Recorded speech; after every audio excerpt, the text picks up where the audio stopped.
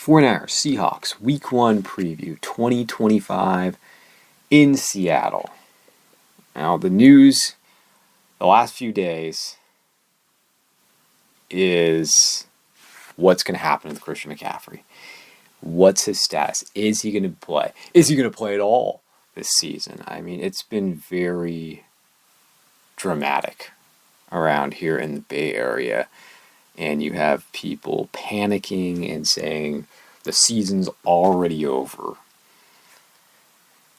And you need Christian McCaffrey to be healthy if you're going to make any kind of serious playoff run or a deep playoff run.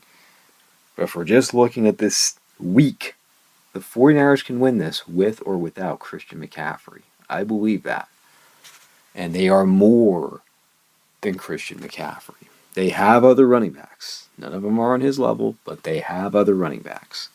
I'll just say that as we start. It's always interesting playing up in Seattle. And the 49ers, 6 out of their first 9 games are on the road to begin the season. And this is the first time since 2021 that they're actually playing just a regular afternoon game in Seattle. It's a 1:05 kickoff, not a 1:25 kickoff. The last 3 seasons, these have been primetime games, and the 49ers won all 3 of those games. And they have won all 3 with Brock Purdy. For what that is worth, they've won the last 3. They have a 3-game winning streak up in Seattle in primetime games against the Seahawks. Amazing. I never thought that would happen. For whatever that's worth. Because we have to consider there's been coaching changes, personnel changes. The 49ers come in with confidence. And from all reports that we have, at least half, if not more than half of the crowd is going to be 49er fans. Because 49er fans take over stadiums unlike any other team in the league that I'm aware of.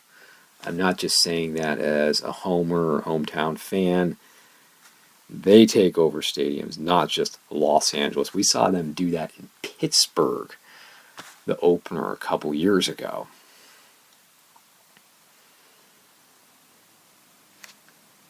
I expect this to be a low-scoring game. Just want to say that out of the gate. A lower-scoring game. We're not seeing high-scoring games too often unless we have really bad defensive play. And I don't see any kind of shootout week 1 in Seattle. And the hope coming into the season is 2 things besides Christian McCaffrey. We're just putting McCaffrey on the side for now. You're going to have improved defensive coaching with Robert Saleh, and you're going to have, I would hope, competent, I'm not talking about great special teams, competent special teams play. And that ain't going to be easy with Jake Moody kicking for the 49ers. I mean, there's been a lot of drama these last couple days with Christian McCaffrey. The season, if he's not playing, the season is over.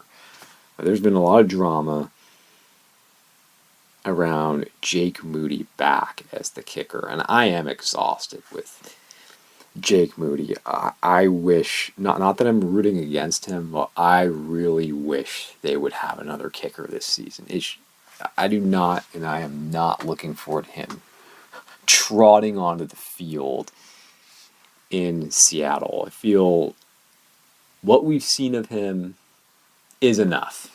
And maybe just a change of scenery would do him good, but I am tired of seeing him as the 49ers kicker.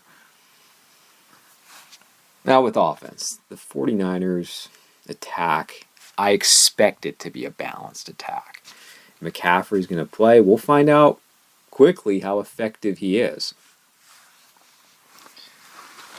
I don't see a lot of big-time plays. I don't see a lot of big-time plays really on either side of the field. Both teams are going to want to run the ball and establish the run early I feel much better coming to the game with Jawan Jennings as that guy who can move the chains. And this is a big game for Pearsall as the number one receiver after a understandably disappointing rookie season. I mean, much of it was out of his control. But he's now the number one. He looked very good, what we saw of him in preseason, all the reports from camp and practice. Now let's see it on the field.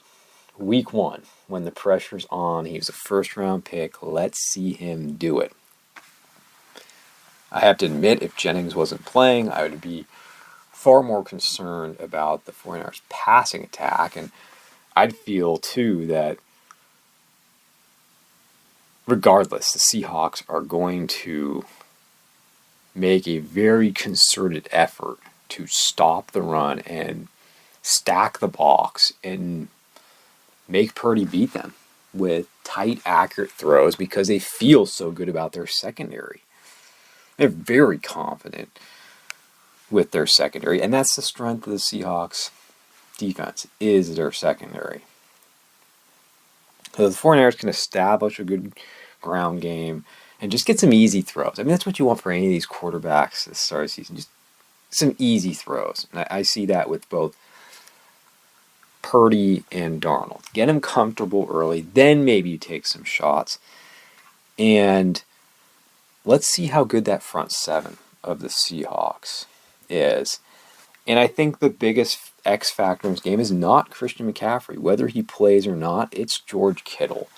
George Kittle's had a lot of big games, especially in Seattle versus the Seahawks. And I don't think the Seahawks have an answer for George Kittle. And I want to see more Kittle as a receiver this year and less as a blocker. As good as he is as a blocker, I want to see him in the passing game more because whether you have Ayuk or not, he is your most dynamic playmaker.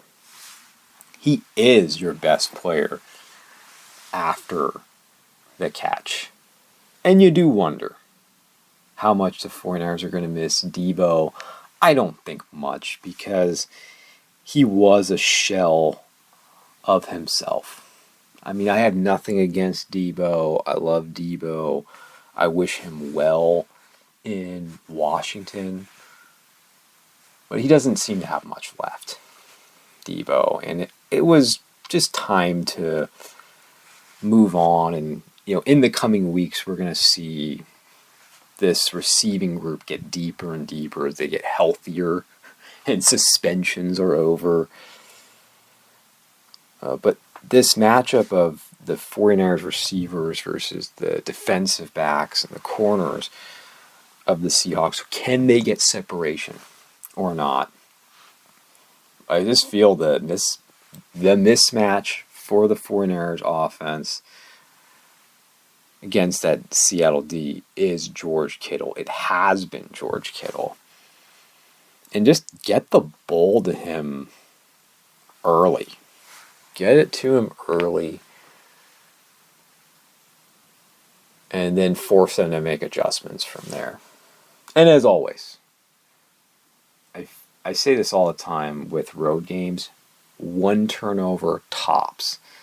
As long as you can limit turnovers, especially in Seattle, you're going to do okay.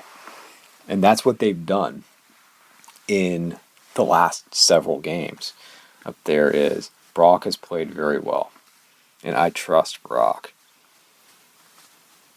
And you can criticize Kyle Shanahan all you want. Usually his game plans for week ones and big games are good. They are. They start off well. They start off fast. It's more closing it out, finishing it, sealing the deal can be the problem with Kyle Shanahan and his coaching. I mean, the Super Bowls say that. Let's talk last thing on offense. Let's talk about running backs. With the running backs, and if McCaffrey is in, great.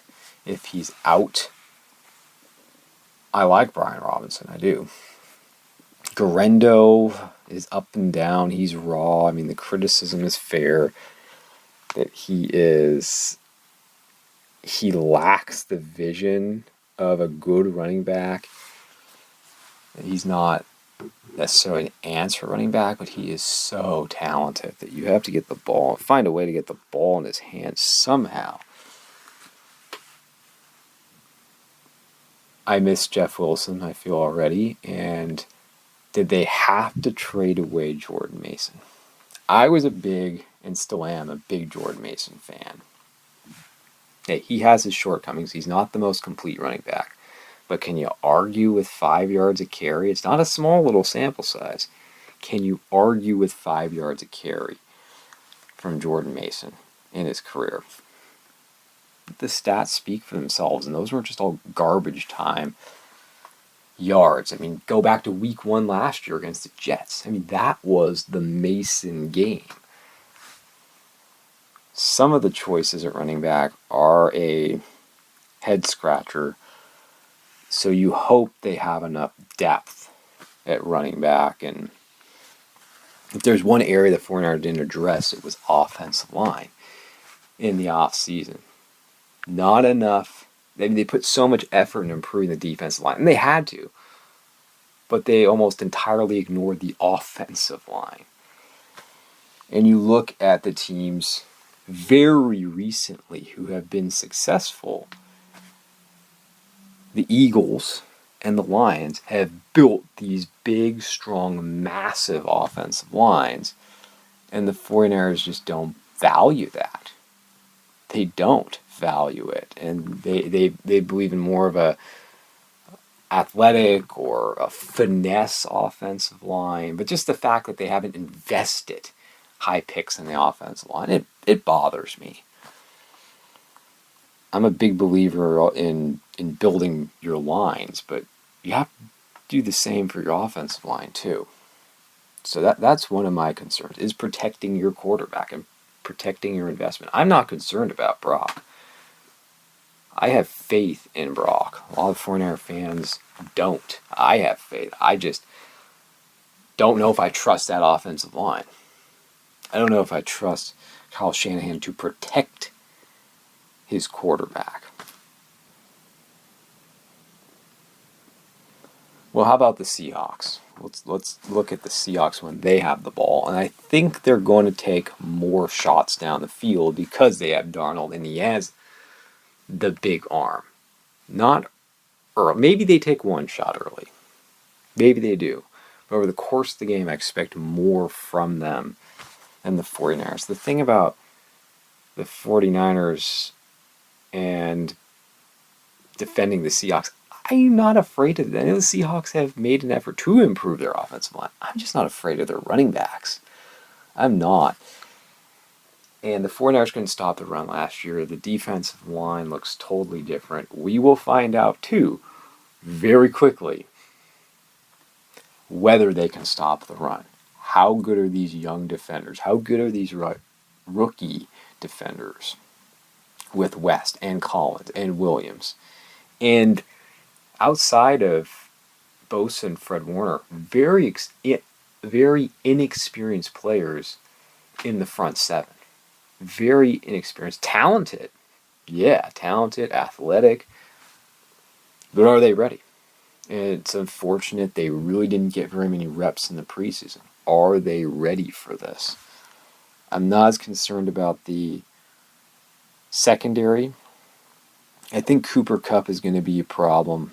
He's going to be annoying just because he's such a great route runner. He's going to move the chains. Just like Juwan Jennings. Going to move the chains. That's him. The Seahawks, it's just interesting that, and I can understand why they moved on from DK Metcalf, but now you have the quarterback that can really bomb it downfield. And they have good players. They do. Like Jackson Smith. I'm not big on hyphenations. Just give me a last name. One last name. They have him. They have Cooper Kupp. But Again, good players, but there's no one on that entire offense that strikes fear into me. DK Metcalf could be a bit of a head case. He could mentally take himself out of the game. And Ward did a great job most of the time covering him, but he was always a threat. He could go off. He could have a huge game. You had to know where he was on the field. I don't feel that way with anyone on Seattle anymore. We may be proven wrong. I may be proven wrong. I don't fear anyone on Seattle's offense like I did with DK Metcalf and that big, huge play, a 50-yard touchdown. The home run threat. I don't feel that way about Seattle. And you wonder just about the Seahawks investing in Sam Darnold. I mean, he melted in those two games. The final game of the regular season and the playoff game against the Rams.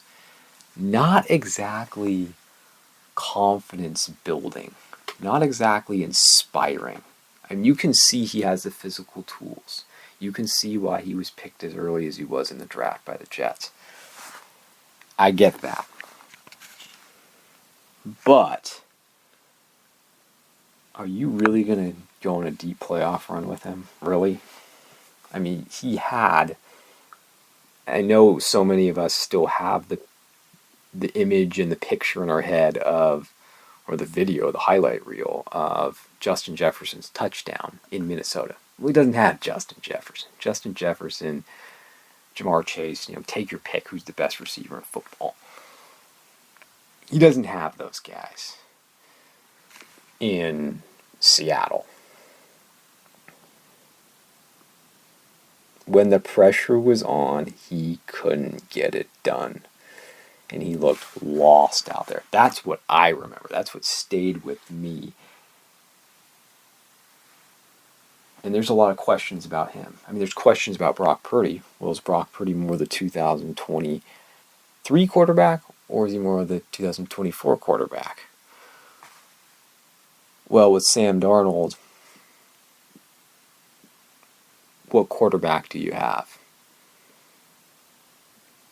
Right? What quarterback do you have with Sam Darnold?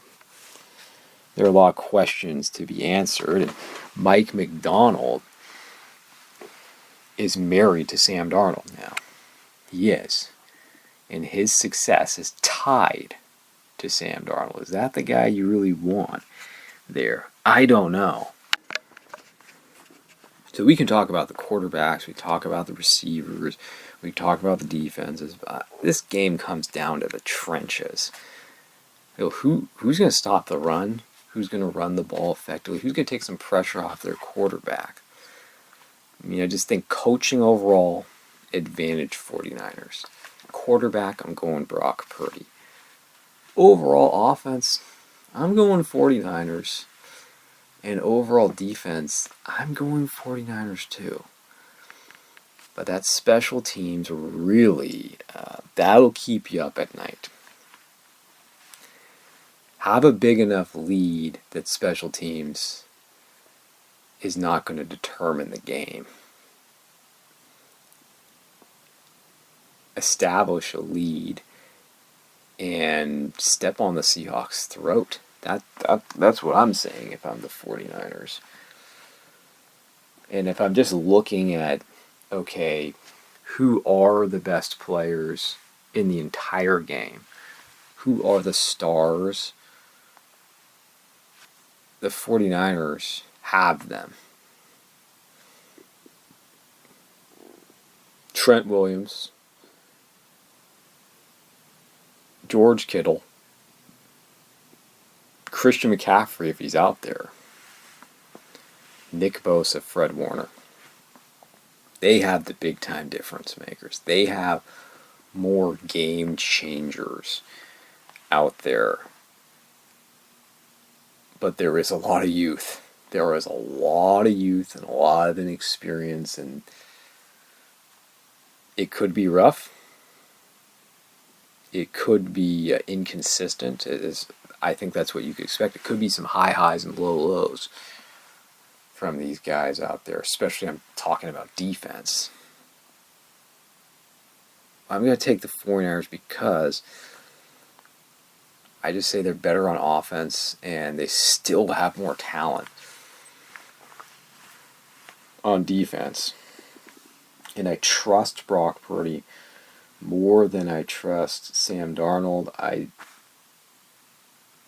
think Mike McDonald's a very good young coach, but right now, head to head, I'll give the edge to Shanahan. And this is going to be very much a neutral field, too. But this is a good way to start. So I like the 49ers in a close one, though. I'd like to say, yes, get that big lead. I could see something like 24-20. Similar to what we saw in the opener between the Eagles and Cowboys. But I think of the Seahawks as the 49ers rival. I think of historical rivals, playoff rivals. We think of the Cowboys, the Giants, the Packers. If we're saying regular season divisional, I don't say Rams. We had something with the Rams in 2021. That season. But since, I would struggle to come up with 4 or 5 major games in my lifetime that were just huge against the Rams. You could think of the 89 championship game. That's one. You could come up with, the game that got the 49ers in the playoffs, the last game of the season in 21, of course the championship game. There are a lot of games I can come up with between the 49ers and Seahawks, and most of them were up in Seattle. So this is a very good way to start. I'm excited. I'm pumped. I'm tired of talking about all these what ifs. Let's play some football. There's also some good games. The afternoon Texans and Rams, the evening game, the big evening game, Ravens and Bills. We had the Chiefs get upset by the Chargers. I wouldn't panic if I was the Chiefs, but they have some concerns. They look human. They have some injuries. Patrick Mahomes didn't lose them that game. There were a lot of other things that went in there, and I liked and I applaud Jim Harbaugh for being aggressive. I do. It is a major reason why they won that game is he was aggressive. He didn't play ultra conservative. He played to win that game. And the Eagles looked very human and beatable.